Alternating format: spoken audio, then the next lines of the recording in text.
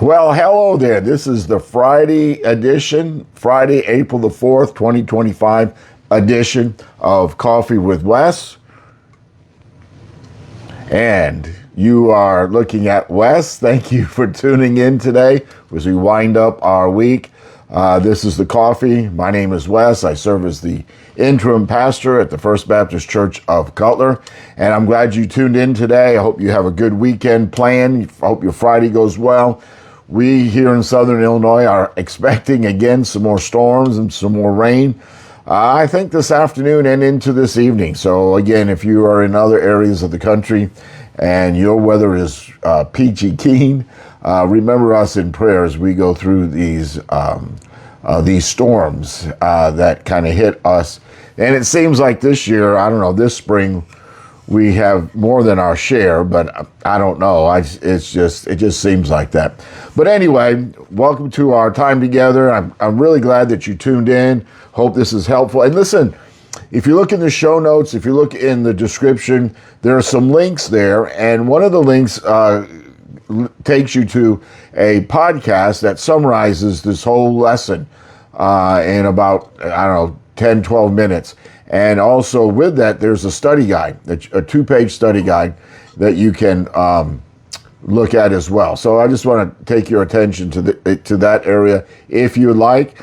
And so let's go ahead and conclude. We're in John chapter 9. Now next week, beginning next Monday, we'll be looking in John chapter 11, talking about Lazarus and Jesus' sign that points to the fact that he is the Messiah in John chapter 11. But today, it's John chapter 9. We're going to wrap up our discussion. So this is what has happened so far. Let's recap, okay?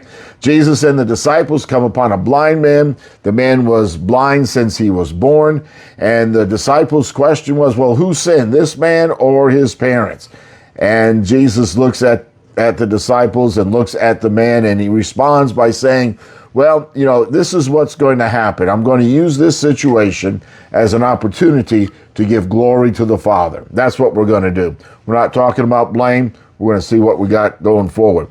So then he makes a paste, uses some dirt and some saliva, and he applies it to the man's eyes, and he instructs the man to go to the pool of Siloam, which means sent, and to wash it off. And the man does that. And now he becomes the man who was formerly blind. And everyone is happy. I mean, they're just excited. They don't know who he is. They don't know what's going on. They don't know how it's taken place. And they're all just kind of excited in a good way, except for the religious leaders. And the religious leaders are upset because Jesus healed the man on the Sabbath. And so he is being interrogated by the religious leaders, and the man responds this way in John chapter 9, beginning in verse 30. That's going to be our verses for today, verses 30 through 33. And so the man answered, that is remarkable. You don't know where he comes from, yet he opened my eyes. Now we know that God does not listen to sinners. He listens to the godly person who does his will. Nobody has ever heard of opening the eyes of a man born blind.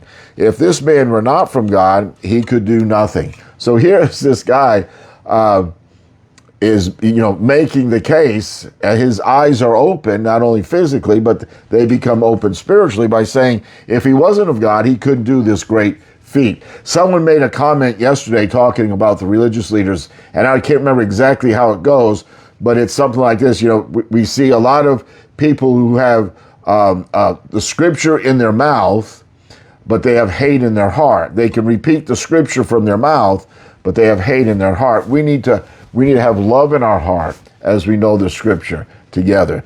These Pharisees did not have love in their heart. But this man's statement or declaration or testimony, let's call it that. His testimony is a powerful statement of his faith.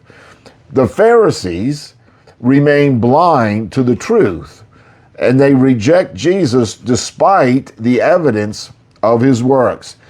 Sometimes people say, don't confuse me with facts. So the formerly blind man, presents the facts, and the disciples or the religious leaders just ignore it. Jesus had opened the man's physical eyes, right? He could see.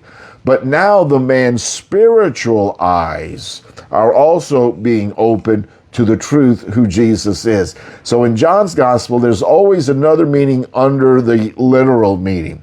And so when Jesus gives the man sight, restores his sight, he's restoring more than his physical sight, he's restoring his spiritual sight.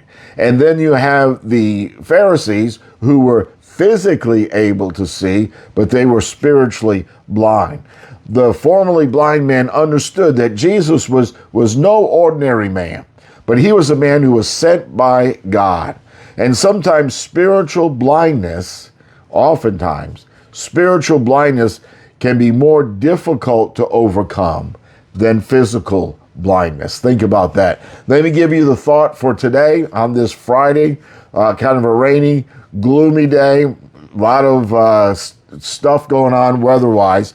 But the thought for today, ask yourself this question as you go through your day. Who do I believe Jesus is? Who do I believe that Jesus is? And like the man who was healed, our faith in Jesus should be based on the evidence of his works in our lives and also in our world. When we see clearly who Jesus is, we can boldly declare who he is to those around us. Who do I believe that Jesus really is? That's the thought for today. That's the question to keep on the tip of your tongue as you go through your day. Okay, let's get another sip of the coffee.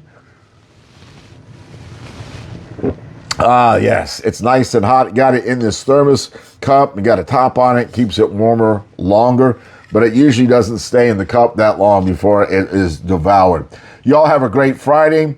Have a great weekend. Hey, listen, if you're in the Cutler area, we'd be proud if you'd come by and see us at the First Baptist Church of Cutler.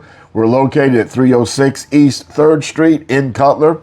And come on by. Our Bible study, Sunday school time is at 9:45. Our worship time is at 10:30. Okay, folks, have a great day. See you again on Monday, Lord willing. Bye for now.